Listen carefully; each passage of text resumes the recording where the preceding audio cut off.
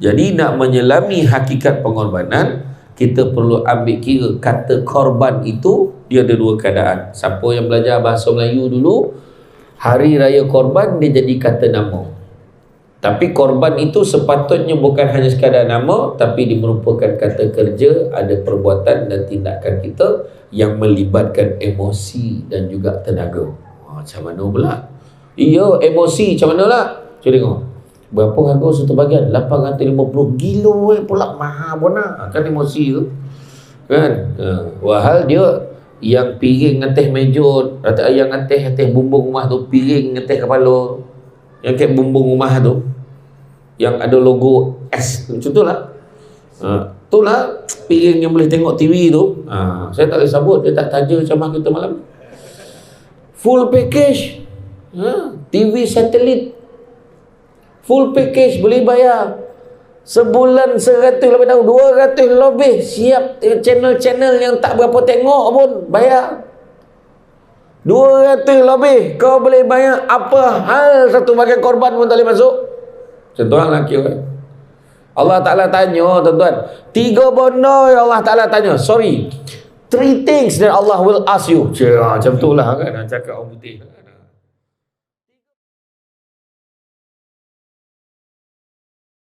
Alhamdulillahillazi arsala rasulahu bil huda wa dinil haqqi liyuzhirahu ala dini kullihi walau karihal kafirun walau karihal musyrikun walau karihal muslimun. Subhanaka la ilma lana illa ma 'allamtana innaka antal alimul hakim. Rabbi shrah li sadri wa yassir li amri wahlul 'uqdatam min lisani yafqahu qawli. Alhamdulillah, syukur kepada Allah Subhanahu Wa Taala, segala puji bagi Allah Tuhan sekalian alam. Salawat dan salam ke atas junjungan besar Nabi Muhammad sallallahu alaihi wasallam. Masih banyak diucapkan kepada tuan pengurusi acara, bahagia tuan pengurusi masjid Haji Tunku Abdul Aziz. Seterusnya imam, tuan imam, barisan jawatan kuasa, penggerak aktiviti masjid, pemimpin-pemimpin tempatan dan semua peringkat yang berkesempatan hadir. Seterusnya tuan-tuan dan puan-puan yang dirahmati Allah sekalian. Alhamdulillah, syukur sangat-sangat pada malam ni dapat kita bersama-sama di dalam majlis ilmu yang mana Nabi sebut barang siapa yang mengikuti jalan-jalan ke majlis ilmu, maka Allah akan anugerahkan kepadanya jalan-jalan ke syurga. Amin, mudah-mudahan. Jangan lupa hashtag pergi syurga balik hari. Hari ni kan berada dalam majlis ilmu kita ni, ialah duduk dalam majlis ilmu ni salah satu jalan, salah satu jalan cara nak jadi baik. Taman-taman syurga, duduk dalam ni tak kira walau apa pun yang kita lakukan ada pahala. Malaikat catat apa juga yang kita lakukan dalam majlis ilmu, termasuklah tidur. Tu kena beritahu awal-awal lah kan. Nak pula dia dapat spot yang paling power sekali kan. Dapat tiang, dinding, bukan semua orang dapat macam tu kan. Jadi kat rumah payah nak tidur kan, kat masjid togak-togak dia boleh tidur. Jadi syukurlah dengan kurniaan Allah. Tak payahlah beralih ni contoh ya. Contoh. Jadi makna kata dalam, saya pun seronok nak datang tadi tengok cantik masjid ni. Cantik masjid ni. Tak lama lagi kita dah nak sampai. Orang mula tanya dah bila nak start puasa ni. Bila nak start puasa? Kan berlumba-lumba tanya. Tu pun ada yang tanya pesalak puasa pula. Seorang tu pula tanya kan. Jadi itulah dia. Sebab kita tak lama lagi, dahsyat lah saya bila dengar ni, hebat masjid ni, 35 ekor lembu, unta ekor 35 ekor, steady lah kan. Hari, berapa hari saya tahu, sehari, hush, steady kan. Nampak yang masjid ni macam terasak kat jalan lah kan. Tak tahu jalan tu terasak kat masjid ni, masjid terasak kat jalan tak tahu kan. Steady dia 35. Pagi tadi saya ceramah kat Jenderal Hili. Di Jenderal Hili tu dengan 16 ekor pun rasa dah dahsyat tu. Orang tu nak tambah sekor lagi pun dia tak bagi. Tak ada 16 ekor. Oh, tak bagi tambah. Sini 35 kan, relax. Tengok dah dialih tabir orang perempuan ni, tak cukup TV. Dia tengok depan-depan, dah lah jauh pasal tungau kan, nampak kan. Tak apalah, ikut dalam gagam perempuan kan. Jadi kita sering bertanya kepada diri kita, sering bertanya pada diri kita, apa yang nak kita capai dalam hidup kita ini. Sekalipun banyak kejayaan yang telah kita kecapi, masih timbul persoalan kejayaan yang macam mana yang kita inginkan. Masalahnya ayat yang disebut tidak ada kejayaan yang datang tanpa pengorbanan. Semua kena ada pengorbanan. Dan bila sebut tentang pengorbanan pula, bila sebut tentang pengorbanan, senang aja nak berjaya dalam hidup. Kita kadang-kadang modal tak nak keluar. Selalu saya kata modal tak nak keluar. Nak kaya modal tak nak keluar. Kena lah letak modal sikit kan. Contoh nak kahwin dengan budak perempuan tu, aku nak betul dengan budak tu, tapi budak tu tak suka tidak kat aku. Modal tak nak, semua nak senang. Suruh imam doa kan. Imam yang kena bangun malam sembahyang hajat doa untuk dia. Modal tak bagi kan. Bukan kata suruh bayar, tapi budi bahasa lah. Imam tolong si imam. Imam ngantuk, semua lillahi ta'ala. Tengah-tengah malam imam tu buat. Sudah imam tu yang kahwin dengan budak tu. Contoh lah. Silap doa tu, modal tak nak keluar kan. Kenapa? Tak selesa bunyi. Orang perempuan dengar tak? Dengar. Okay. Jadi kadang-kadang macam tu. Kalau kita tengok dekat dalam surah As-Saff ayat 10, 11, 12 dan 13, Allah Ta'ala beritahu. Surah As-Saff ayat 10, 11, 12, 13. Allah Ta'ala tanya, mahukah kamu sekiranya aku tunjukkan satu perniagaan yang menguntungkan, yang mana ia dapat membebaskan kamu daripada siksaan api neraka yang tidak terperi sakitnya. Lalu tanya, apakah perniagaan itu? Maka Allah Ta'ala beritahu, perniagaan itu adalah berjuang dengan agama Allah dengan dua cara. Yang pertamanya harta benda, yang keduanya diri sendiri. Ulang balik, harta benda dan diri sendiri. Dalam ayat surah As-Saff ni 10, 11, 12, 13, balik kan boleh tengok balik terjemahan ni. Habis apa keuntungannya? Kalau perniagaan itu membela agama Allah, berjuang membela agama Allah dengan harta benda dan diri sendiri, maknanya duit kita kena keluarkan, modal agak ceritanya. Diri sendiri, modal juga.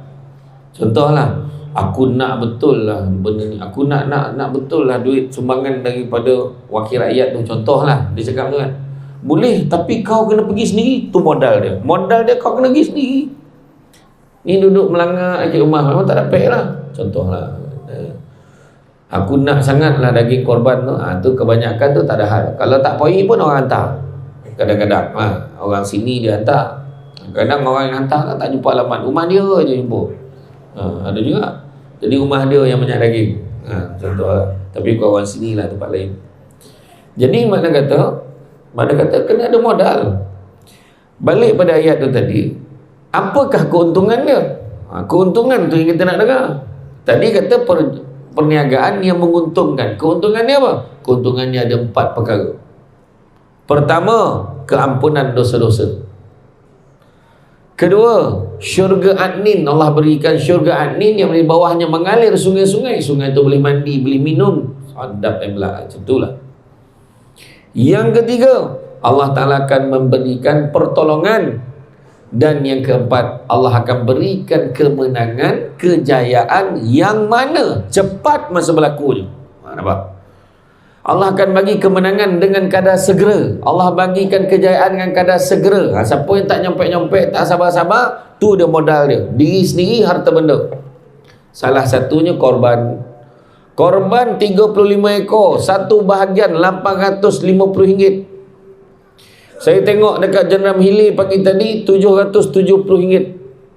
Tempat lain pun kat Seroman kebanyakan 800, 820. Sini 850 standard hari ni orang KL. Kan. Nak tengok lembu lagi mahal Sarawak. Sarawak Kobau lagi murah pada lembu.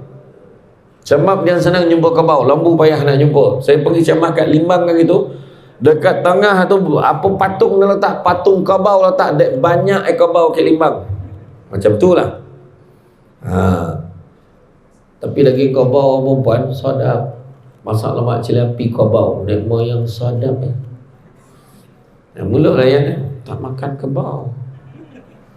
Lalu tuan saya ajar masak lemak cili api diam-diam, panggil semua makan, dah habis kan baru cakap tu kebau. Macam tu. Mengadu-ngadu, wahal daging kebau paling sedap sekali buat masak lemak. Tapi kerana cerita lauk ni lah, kan? Jadi makna kata keuntungan dia 4 perkara: keampunan dosa-dosa, syurga adni yang di bawahnya mengalir sungai-sungai, Allah berikan pertolongan, dan yang keempat Allah berikan kejayaan yang mana cepat masa berlakunya. Kan tak sabar nak berjaya, so modal kena keluar. Datang hari ni modal tak? Modal. Jalan kaki modal. Berseret-seret acik-acik tu tadi jalan dah tak terdaya, datang. Samsul debat malam ni takkan dan tak datang. Macam tu datang pada malam ni kan. Tapi saya memang tak tolak lah kan jemputan kat sini, sebab saya difahamkan jemaah subuh sini pun macam ni lah ramai kan. Macam tak terperanjat pula tadi kan. Tapi insyaAllah orang sini saya tengok ada harapan kan. Buat masjid puasa-puasa tak datang kan, itu masalah kan. Sini okey. Ni pun dengar-dengar nak ubah suai, nak puasakan lagi sebab subuh dah mula tak muat. Dia bukan Jumaat dah, subuh tu tak muat. Tuan, di tempat lain masalah orang dah tak ada. Sini okey. Di Masjid Felda Palu 14, budak-budak yang sekolah rendah datang jemaah subuh di masjid dapat duit belanja RM3 seorang. Kami bising dengan Abah, pergi masjid, kau nak jadi apa? Abah tak pergi, suruh anak pergi. Jadi macam mana pula nak galakkan Abah ada datang? Pihak masjid buat pula kempen apa? Kempen siapa yang datang solat berjamaah subuh di masjid itu selama 40 hari berturut-turut tanpa putus, layak untuk cabutan bertuah memenangi skuter. Ada 10 pemenang. Dapat dah. Peruntukan jangan risau, YB ada. Panggil YB kawasan kan. Suruh dia bagi. Macam time ni lah nak bagi. YB mula buat tak dongah kan. Macam tu. Ya, bersini dah buat dah. Sini apa barang bagi skuter, dia bagi Harley Davidson. Baru betul kan, kono dengan kota metropolitan. Ya tuan-tuan, itulah keadaannya. Terpaksa nak cari, nak galakkan orang datang kan.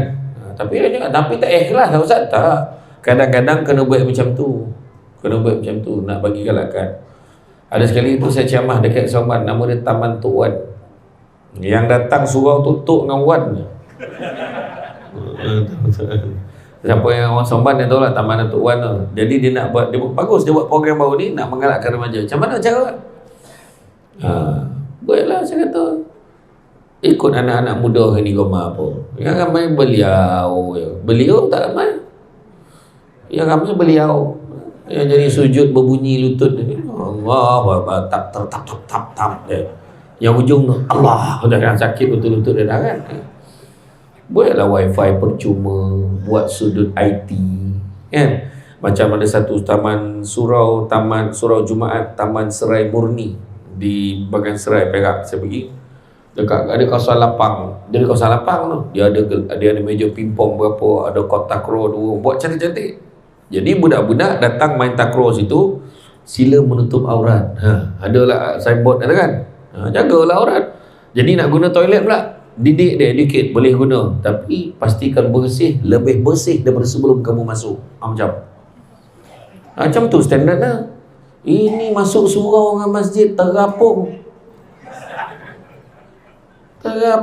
lah. Apa yang ditinggalkan kenangan untuk orang selopeh tu? Tu yang Masjid Pasir Besar Kek Gomeh kan. Masjid Pasir Besar di Gemas. Kau tak faham lah kan. Pasir Besar di Gomeh, dia nak tak pantun ke toilet tu, ada kucing, ada tikui, dah koncing jirui. Terpaksa dah cakap biasa tak faham kan. Iya, malu tuan-tuan. Dekat masjid pula toilet tak jaga, macam mana kan? Toilet mesti jaga, mesti tip top. Sebab tu image tu. Image. Kita pergi rumah orang, nak tengok bersih tak bersih tu rumah tu, tengok bilik air. Macam tu ya. Rumah kau lawa, plaster ceiling. Dia punya langsir 3 lapis. Yang apa? Yang jarang-jarang tu depan. Tengah tu biru, luar tu hijau. La ilaha illallah. Balang-balang. Kan? Lepas tu meja makan yang marble. Bahasa baku, marble. Ya. Lepas tu adalah plaster ceiling. Dia punya lampu chandelier. Lampu tu beli dekat Soviet Union. Punya dah tak, negara tu pun dah tak ada dah. Punya lama dah kan. Lawa mahal lampu tu. Kan? Sekali jamban dia berkorak kan. Macam mana? Toilet dia macam ni. Orang kan cakap tak? Toilet dia selesa. Aduh. Kek mana masjid mana? Kek Kelantan ke Terengganu yang diubah suai masjid tu lawa dengan ukiran ni, siap TV radio tu. Memang tak keluar orang berak tu kan. Duduk dalam tu siap dengan TV pun apa hal lah pula. Tak usah boring kau dalam bilik air tu kan. Jadi sekarang ni yang mustahak tu modal dia kan? Dan kalau kita tengok dalam bab pengorbanan ni ada banyak maksud korban. Maksud korban apa? Ada yang cakap korban ni termasuk juga macam yang kita sekarang ni lah kan, penyembelihan, menghampirkan diri dengan Allah Ta'ala dengan amalan penyembelihan kan, binatang-binatang korban pada 10 Zulhijjah atau 3 hari selepasnya, yakni hari Tasyrik, dengan mengagihkan sebahagian daripada daging itu kepada fakir miskin ya. Dan kalau kita tengok yang itu, kita faham lah tu yang kita sambut selama ni, iaitu Hari Raya Korban. Ada juga pada fahaman-fahaman anutan lain ni, dia meletakkan korban tu, pongga kepala binatang tu bagi dekat Tuhan itulah kan. Tu pun dia sebut korban juga. Dia sebut korban. Lagi satu lagi, pemberian kesanggupan melakukan sesuatu. Siapa nak pergi khusus kes ni, khusus pusat jenazah ni, WhatsApp masjid kena hantar 5 orang. Takkan kita seorang pun tak pergi? Tak apalah, biar aku yang berkorban. Dah lain tak nak pergi, biar aku pergi. Tentulah kan. Waktu ustaz tu nak mengajar tentang pengurusan jenazah ni kan, siapa seorang nak jadi model lah? Siapa nak jadi mayat tu? Semua tak nak. Mati betul-betul kan seorang tu pula kan. Sudah tak apalah, biar aku lah yang berkorban. Macam tu pun dipanggil korban juga kan. Kemudian orang yang menanggung penderitaan akibat sesuatu, biarlah aku yang berkorban. Nak buat macam mana kan? Ramai-ramai tak kono dia yang kono marah, wahal bukan dia ambil benda tu. Dan satu lagi, manusia yang kematian itu terkorban. Berapa ramai yang terkorban, itu pun disebut sebagai korban. Jadi nak menyelami hakikat pengorbanan, kita perlu ambil kira kata korban itu dia ada 2 keadaan. Siapa yang belajar bahasa Melayu dulu, Hari Raya Korban dia jadi kata nama. Tapi korban itu sepatutnya bukan hanya sekadar nama, tapi dia merupakan kata kerja, ada perbuatan dan tindakan kita yang melibatkan emosi dan juga tenaga.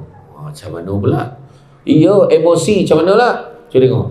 Berapa harga satu bagian? 850 kilo pula, mahal pun lah. Kan emosi tu kan. Wahal dia yang piring ngeteh meja, yang ngeteh bumbung rumah tu, piring ngeteh kepala, yang kayak bumbung rumah tu yang ada logo S, macam tu lah. Itulah piring yang boleh tengok TV tu. Saya tak boleh sebut, dia tak taja ceramah kita malam. Full package, TV satelit, full package, boleh bayar sebulan 100 lebih tahun, 200 lebih, siap. Channel-channel yang tak berapa tengok pun bayar 200 lebih. Kau boleh bayar apa hal, satu bagian korban pun tak boleh masuk. Contohnya lelaki orang, Allah Ta'ala tanya tuan-tuan, 3 benda yang Allah Ta'ala tanya, 3 things that Allah will ask you. Macam tu lah kan, cakap orang putih kan. 3 perkara je yang Allah Ta'ala akan tanya. Pertama, Allah Ta'ala akan tanya tentang nikmat. Nikmat apa? Nikmat umur. Kau hidup mari 60 tahun, kau habiskan untuk apa? Tak ada tu, buang masuk tu. Masuk umur 50 tu, 55 pergi dandut. 60 mampu kita. Memang habislah kau. Kan? Tapi yang dalam ni, tu sebab saya cakap pada orang-orang lama dengan ayahanda bonda yang datang ke masjid, jangan malu. Ustaz, saya dah tua-tua baru datang masjid, Ustaz. Jangan malu. Itu satu pencapaian. Bukan semua orang sampai usia tua. Yang muda-muda yang belagak-lagak tu belum tentu lagi sampai. Dia ni semua orang tua lah. Kau pergi layan buat apa? Yang kau pergi layan tu kan sudah ni yang bercakap tu tak sampai tu. Yang tua tu mandi kan. Sian, muda-muda dah mati budak ni. Tu cakap tu. Tua tu satu pencapaian. Batuk-batuk, sakit lutut, normal. Tapi kita capai usia tua. Manusia ni ada 99 perangkap kematian. Kata ulama dulu-dulu. Contohnya tanah runtuh, habis semua, kita selamat, terlepas satu. Naik kereta, ya Allah, kereta sini sikit lagi kita, dia mati, kita terlepas satu lagi perangkap. Ajak kawan pergi berkelah kat Sungai Pencala, ada kalau tampik kan. Pergi ada, anggap ada lah kan. Jom kita terjun kat air terjun tu. Terjun, zoom, 5 orang. Naik seorang je, 4 orang mati. Terlepas lagi satu perangkap kematian, seorang tu. Tapi dalam banyak-banyak perangkap kematian, ada satu perangkap kematian yang orang tak boleh lari, iaitu perangkap usia tua. Dah habis tua tu, tak ada muda balik tu. Habis, settle, tutup buku. Kan? Tanda-tanda kematian sonang je. Malaikat maut dah bagi tahu dah dengan Nabi Yaqub 3 perkara. Nabi Idris pun beritahu 3. Apa dia? Badan kau yang tagap sudah mula menjadi lemah. Dah dulu. Dah. Badan kau yang tagak sudah mula menjadi bongkok. Dah dulu. Dah. Yang ketiga, rambut kau yang hitam sudah mula menjadi putih. Dah dulu. Dah. Standby. Apa susah? Soalan bocor. Kan balik kan, baring kok matilah besok ni, asyhadu an la ilaha illallah. Senyum mati malam tu. Sebab standby. Nampak tak? Jangan terpedaya dengan muda sebab mati tak syarat tua. Jangan terpedaya dengan sihat sebab mati tak syarat sakit. Jadi sertailah ibadah korban. Lain macam. Dia punya kesimpulan itu tepat lah. Macam tu kan. Kalau boleh kat TV tu nanti keluar tu ya korban. Contoh. Iya. Pertama, Allah tanya umur. Kedua, nikmat muda, masa muda dulu gunakan untuk apa? Allah Ta'ala akan tanya. Ketiga, Allah Ta'ala tanya nikmat ilmu. Ilmu yang kau dapat, kau amalkan ke tidak? Kau sebar panjangkan ke tidak? Ilmu kena cari. Datang masjid untuk makluman semua, bukan kepada terutamanya pada yang baru datang malam ni kali pertama. Ada muka tak pernah nampak ni, malam ni tiba-tiba ada dah. Saya nak maklumkan, untuk makluman, masjid ini dah lebih berapa puluh tahun dah? 80 tahun masjid ni. Dan untuk makluman, setiap malam pada kuliah, kecuali hari Sabtu malam Ahad, itu kita bagi can. Sabtu malam Ahad ada tak? Ada juga. Dia tak bagi kau duduk rumah tu. Datang hari Sabtu malam Ahad. Tak ada kebanyakan tempat Sabtu malam tu tak ada. Dia amat Sabtu malam pun ada. Pada siapa yang malas duduk rumah, datang sini. Setiap malam pada kuliah, cantik teluk pantainya landai, tambik perahu topi kuala. Biarlah burukkan yang dipakai, asalkan penuh ilmu di dada. Datang. Kain songket benang sutera, lilit sabalit buat selepang. Ilmu yang banyak jadi cahaya, walaupun sikit menjadi terang. Datanglah belajar. Ya, itu sebab tadi itu bila sebut poso, bila kita nak start poso ni, kenapa lah nak poso? Yang seorang tu tanya, malu dah tua bangku tak tahu ni. Ya, rupa memanglah sebab dia tak pernah masuk korban nama ni. Nama kau tak pernah ada ni. Kekam nama? Tak, semua tak. Jadi sertailah ibadah korban. Sekali lagi. Tu cerita tu. Nampak tak? Kena belanja. Kan? Kicau-kicau tiung batu hingga singgah sekejap di dahan mati. Sudah adat orang tak berilmu, ibarat kayu luruh dibuat titi. Kayu luruh buat titi, kau nolanya ayo. Dah kau tak berilmu, macam tu lah jadinya. Lepas tu bila ada ustaz-ustaz ni yang lagi hebat, setiap malam mengajar seni, guru takmir yang berkitab tu, hoi, itu lagi handa tuan-tuan. Tuan-tuan kena dengar. Pantang larang yang dah diposan dengar. Apa yang dia suruh buat, yang kata jangan buat, jangan dibuat. Pokok sena tepi sempadan, anak tupai menumpang lalu. Bercerai nyawa dari badan, barulah putih petua guru. Dengar pesan cikgu guru kita ni. Datang dari padang keladi, singgah sekejap di Tanjung Karang.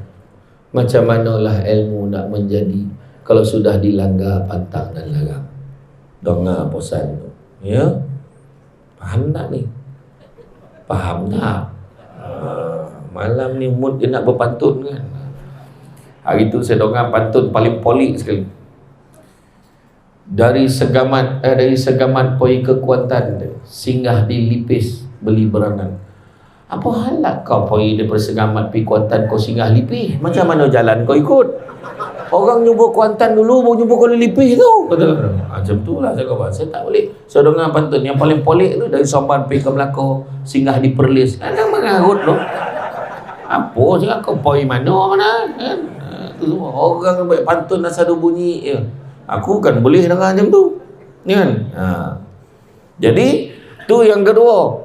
Itu nikmat harta tadi. Dari mana kita dapat? Tadi apa? Nikmat muda, nikmat umur, nikmat ilmu. Yang keempat, nikmat harta.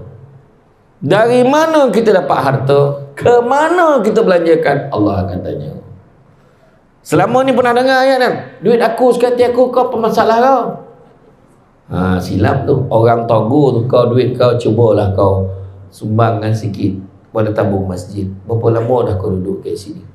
Aku duduk di sini lebih kurang 20 tahun. Kalau 20 tahun kau duduk sini, ada tak sumbangan kau sampai 2,000? Ada. Menung dah fikir. Lama tu kan, tak jumpa jawapan dia. Kan? Tengok tabung dalam masjid ni. Tabung ni kat mana? Mana tabung masjid? Kek tiang. Punya steady pak. Kek tiang letak. Ada satu masjid tu kek luar letak. Lagi steady. Dia tak kisah kau nak ambil lah. Punya yakin, tawakal tu. Pagi tadi Jeneral Mili berbunyi tabung tu kalau ngusik. Tu ada alam. Orang ngusik berbunyi kan. Tu dia. Nikmat. Yang kedua Allah Ta'ala katanya amanah. Dan ketiga Allah Ta'ala katanya tentang silaturahim. Nombor 2, nombor 3 saya tak sampai explain. Tu lain kali. Makna kena panggil lagi ni tuan. Tak cukup ni dah. Ya. Jadi dari mana kita dapat duit, ke mana kita belanjakan? Itu mustahab. Maka kalau kita tengok menyelami hakikat pengorbanan, mestilah korban tu kita lihat sebagai kata kerja. Kan, mesti membawa kata-kata tindakan, bertindak. Apa tindakan kita hari korban ni? Masuk bahagian ke tidak? Tak mampu masuk satu bahagian, masuk seekor. Nampak? Tak mampulah ustaz, seekor ke satu bahagian tak dapat dah. Datang masjid, bantu tolong lapar. Tak mampu juga, tak boleh nak melapah, tak apalah, datang tolong timbang. Tak mampu, tolong masuk dalam plastik, timbang. Tak mampu, tolong hantar. Tak yang mampu, ambil lah bahagian kau balik lah. Payah warna kan. Kan? Ini cerita ni. Kan? Kita tengok kan, pagi raya ni macam-macam agam. Macam-macam agam pagi raya dia ada. Ada orang tak datang pun sembahyang raya. Ada orang macam tu. Pada dia ada fitri tu raya. Ni tak apa-apa raya kat dia. Ada orang macam tu kan. Wahal di Kelantan, Terengganu, ni paling meriah kan. Paling meriah raya haji lah. Kan? Lembu, kobau, macam-macam, unta. Ada dekat Shah Alam tu ada satu surau tu. Memang tak pernah tak ada unta. Mana dia dapik lah. Kan? Belajar tuan-tuan. Datang sana tengok macam mana orang ni buat. Adik-adik pun kena tengok. Oh macam ni, macam ni. Besok sampai masa adik-adik pula kena buat. Kan? Bermasyarakat 35 ekor. Bayangkan. Sampai satu tahap tu, ada satu masjid tu, binatang tu lagi banyak daripada orang semayang kat masjid. Macam tu lah. Sini okey lagi, sini ramai. Macam mana? Malu ke tak malu? Lembu tu pun borak sama dia. Tak ramai orang lah sini. Macam mana tu? Kan? Iya, kena fikir-fikir balik. Tengok Nabi macam mana. Nabi kalau semoleh macam mana? Tengok. Saya berapa tahun saya pergi Kemboja. Saya pergi Kemboja tengok korban. Ya Allah, kesian betul orang sana. Kesian. Saya pergi 3 tahun tu turut segi Kemboja. Ikut ada satu grup tu saya pergi. Tahun depan tu saya pergi. Ada pakai duit sendiri pergi. Ya Allah, barulah faham. Patutlah orang sana ni susah betul tuan-tuan. Ya. Nak makan daging ni memang tunggu kita hantar daging. Ya.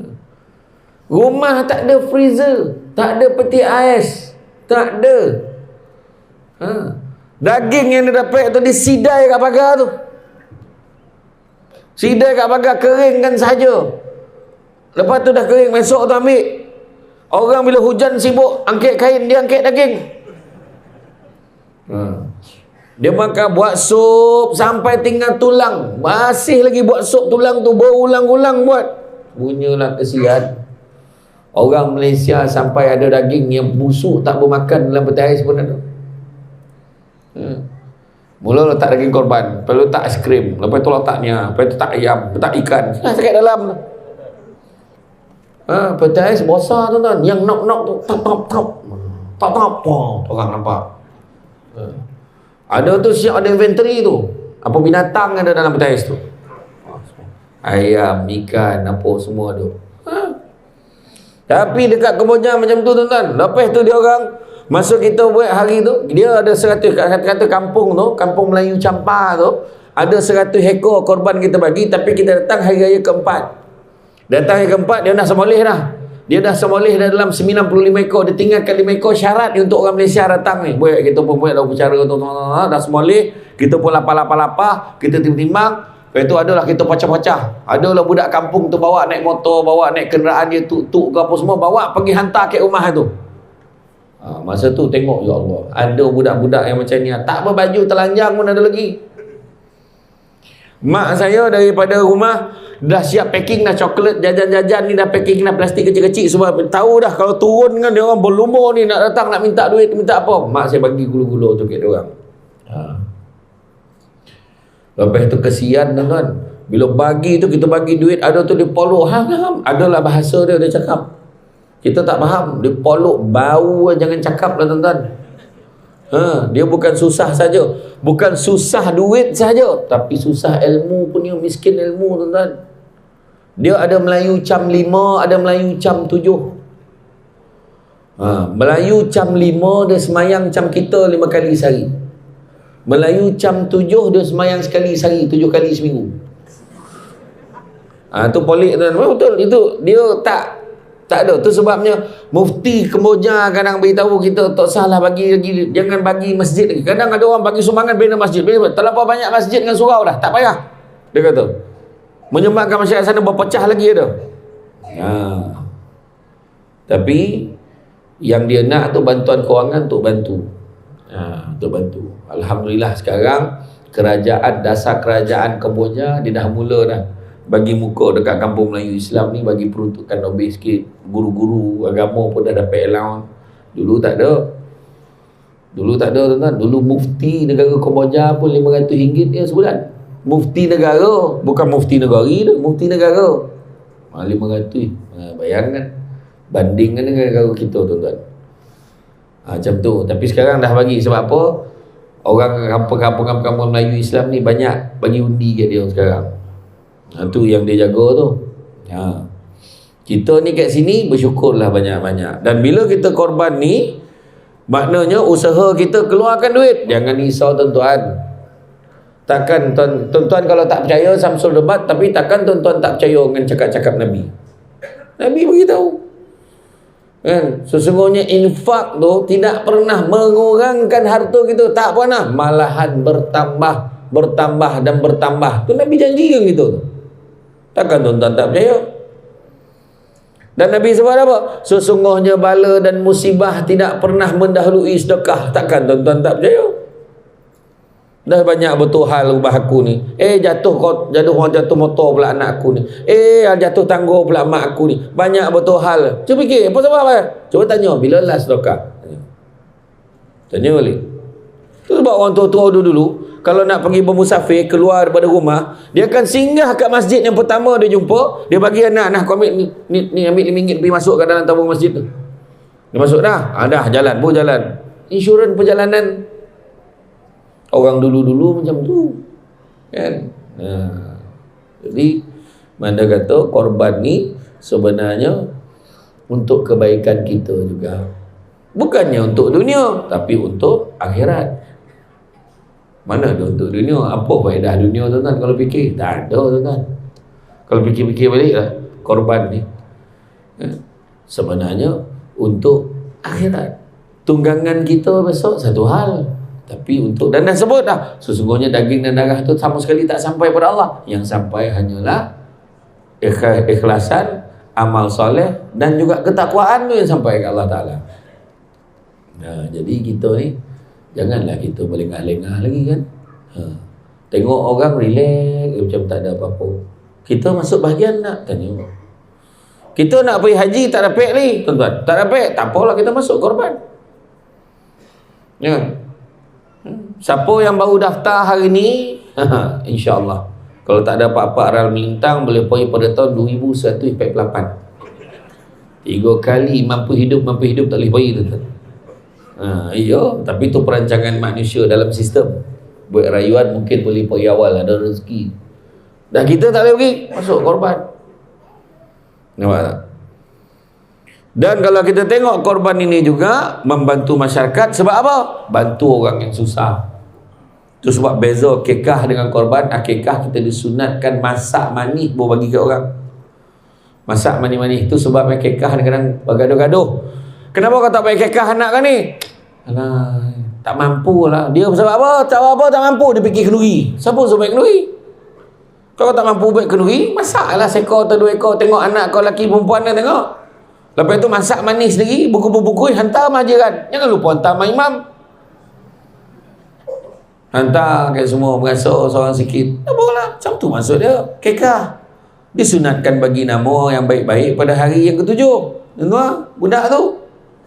Ini belum mampu, belum menoteh lagi dah ada nama.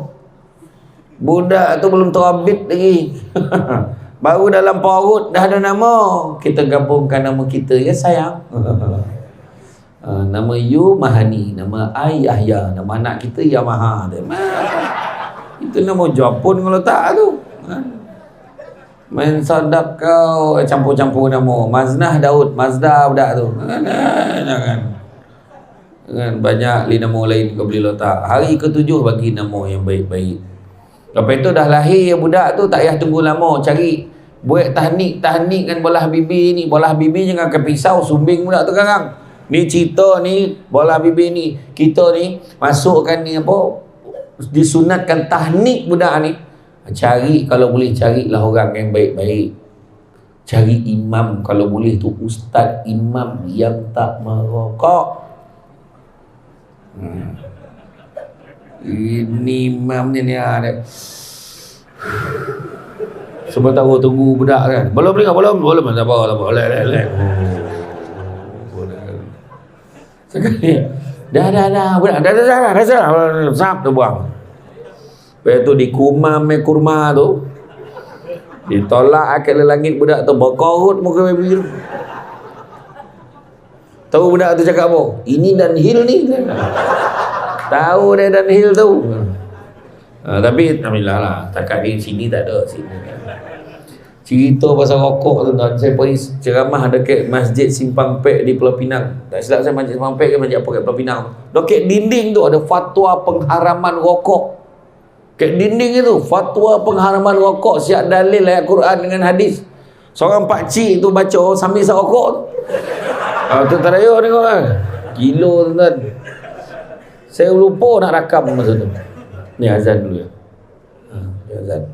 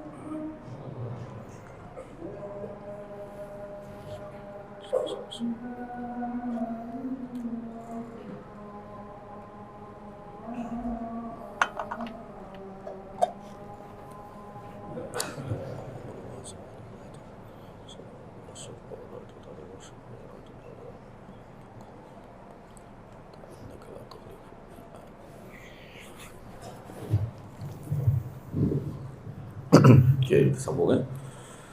Dan begitu juga kalau kita tengok dalam bab korban ini, sepatutnya dia mengajar kita, membawa kita kepada merendah diri, sedar diri kita ni siapa kita, handa-handa kita kan, siapa kita. Kita ni hanyalah hamba Allah kan. Allah Ta'ala sebut inna a'tainakal kautsar, sesungguhnya kami telah memberikan kurniaan yang banyak, maka fasalli li rabbika wanhar, maka bersolatlah dan sembelihlah binatang korban. Allah Ta'ala suruh kita, salah satu tanda syukur kita bila Allah dah bagi nikmat yang banyak ke kita, jangan lupa kalau mampu buat. Dan penekanan ni telah disokong dengan satu hadis Nabi sebut, barang siapa yang mempunyai kelapangan, yakni kemampuan untuk melaksanakan ibadah korban tetapi tidak melakukannya, maka usahlah dia bersolat di tempat solat kami. Itu Nabi sebut. Jangan datang sembahyang kat sini pula. Makna nak beritahu Nabi suruh buat. Kalau mampu jangan tak buat, buatlah. Ya. Maknanya benda tu mustahak ke tak mustahak? Mustahak kena buat. Bila Allah suruh tu kita buatlah kalau kita mampu buat. Sebab kita ni hanyalah hamba kepada Allah Subhanahu Wa Taala. Rendah hati.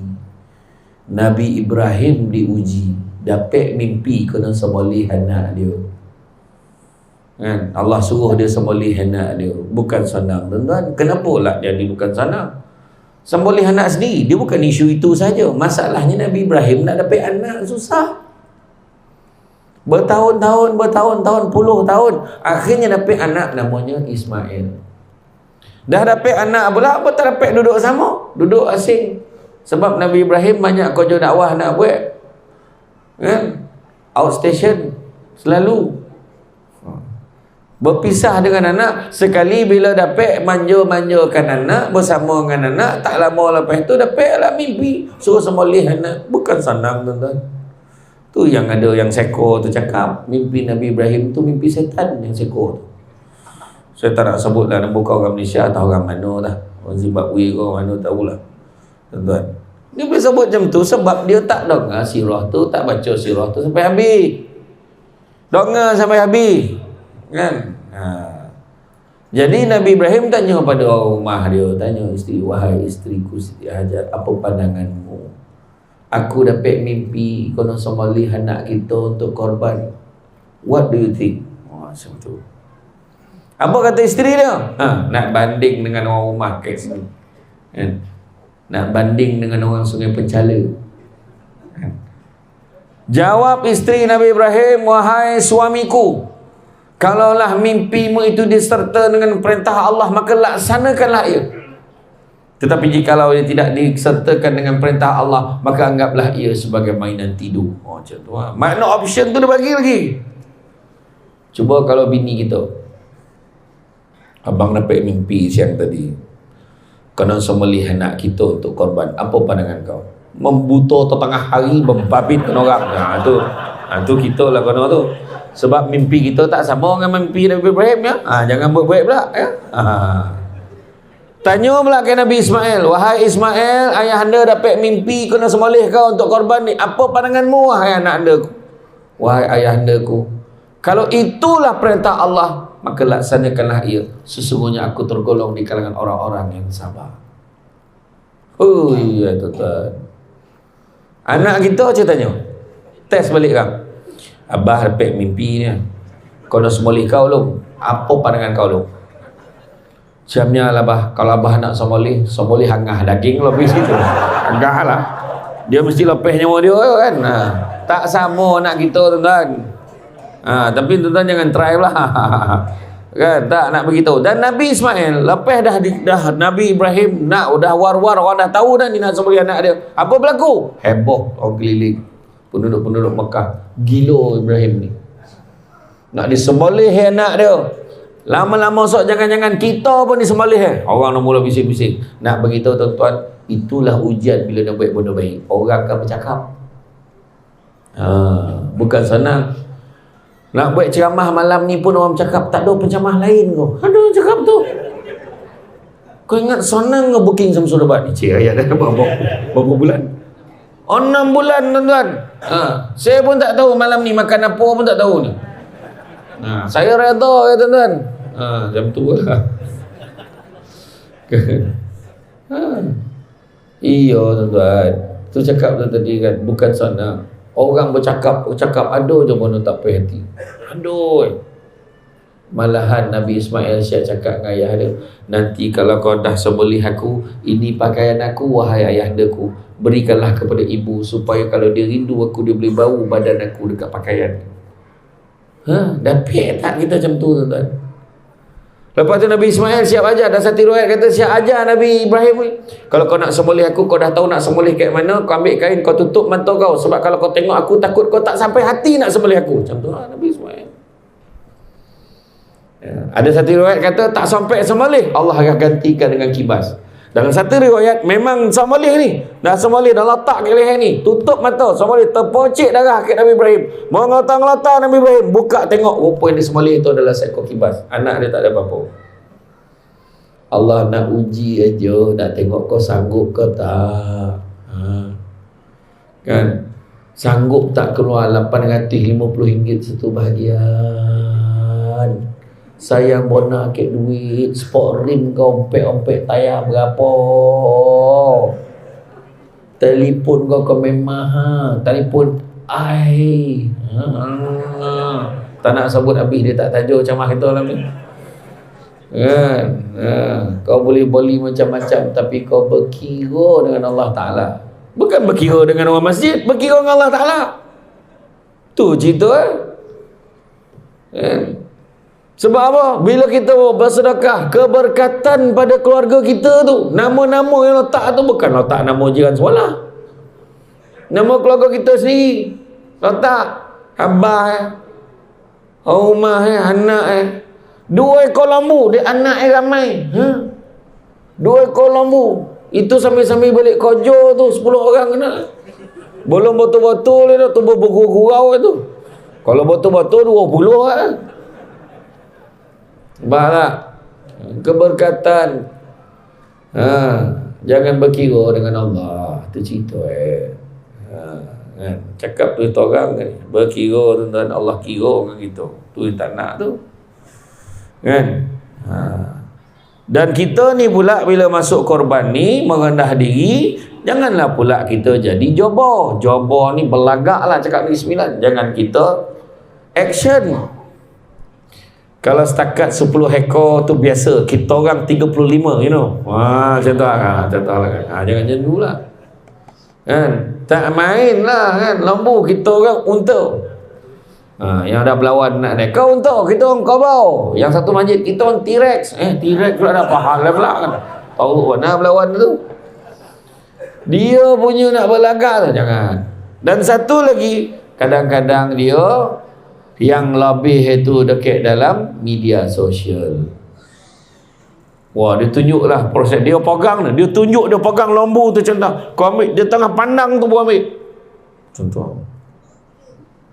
Lepas tu dia ada caption, sesungguhnya daging dan darah tidak sama sekali sampai kepada Allah. Dia orang paling beriman dekat Sungai Pecala. Macam tu lah kira kan. Itu semua lah tu tuan-tuan. Dia itu yang kadang bila buat gotong royong perdana sudahnya jadi royong gotong. Bukannya dia gotong royong ambil gambar lebih. Sudah majlis perbandaran tu yang buat kojo tu. Tu salah tu. Kan?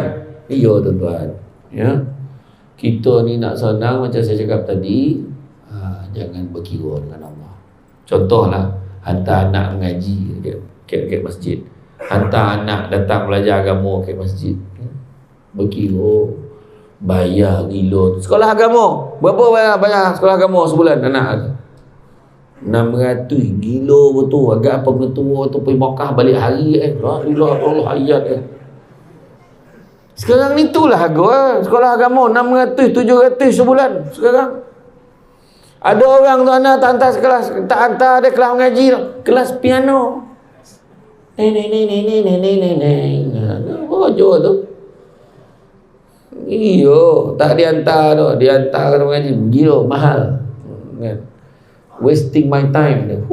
Ayat kau. Ya tuan-tuan, ada orang macam tu. Berkira dengan Allah untuk belajar agama. Satu hari nanti kalau anak kita rosak akhlak dia tuan-tuan, bayar 20,000 sebulan pun tak boleh selesai. Itu sebab biar dia sekarang belajar ngaji, belajar semua. Bawa anak bini datang masjid, datang ramai-ramai majlis ilmu. Jangan berkira dengan Allah. Harta dunia ni tak bawa mati tuan-tuan. Tak bawa mati. Itu sebab Iskandar Zulkarnain sebelum mati tu dia cakap, kalau aku mati besok pastikan tabib yang handal-handal. Tabib tu bahasa sekarang doktor lah, yang handal-handal usung jenazah aku. Kemudian pastikan waktu sepanjang perjalanan pergi ke kubur tu, kau taburkan segala harta kekayaan aku sepanjang jalan tu. Yang ketiga, kau pastikan tangan aku tu terkulai biar orang nampak. Kenapa pula? Yang pertama, tabib yang handal-handal tu usung jenazah aku, nak beritahu hebat mana pun tabib tu, dia takkan dapat menghalang kematian daripada berlaku. Yang kedua, kau taburkan segala harta kekayaan aku. Kau tengok orang akan berebut-rebut ambil harta tu tanpa kau mampu berbuat apa-apa, sebab harta tak buat masuk dalam kubur. Dan yang ketiga, kenapa kau nak biar tangan kau terkulai tu? Biar orang nampak macam mana tangan kau waktu lahir dulu kosong, kau mati pun tangan kosong. Tu kulai layu di Tasik Madu Fauzah Latin. Macam tu ya, macam tu kan. Macam mana? Dah masa, dah time. Masa tu lah aku nak ni, aku nak bertaubat, aku nak ini. Dah lambik tuan-tuan. Masuk sekarang. Tahun depan lah, jangan. Belum tahun tu lagi ada tahun depan tuan-tuan.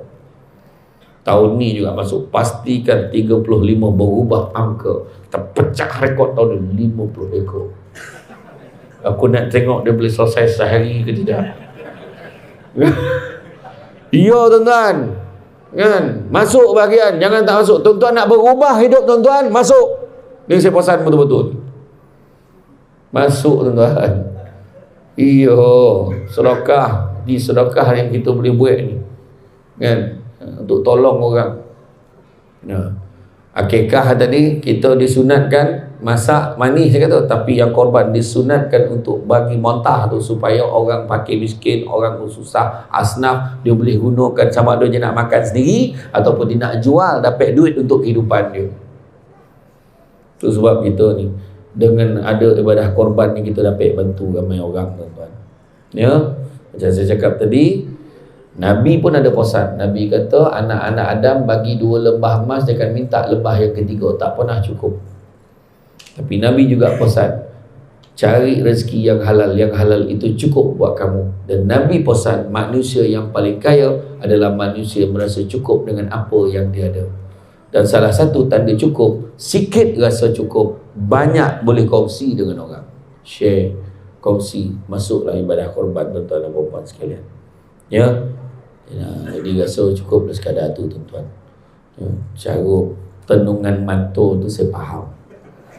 Macam ni ya benang tu kan.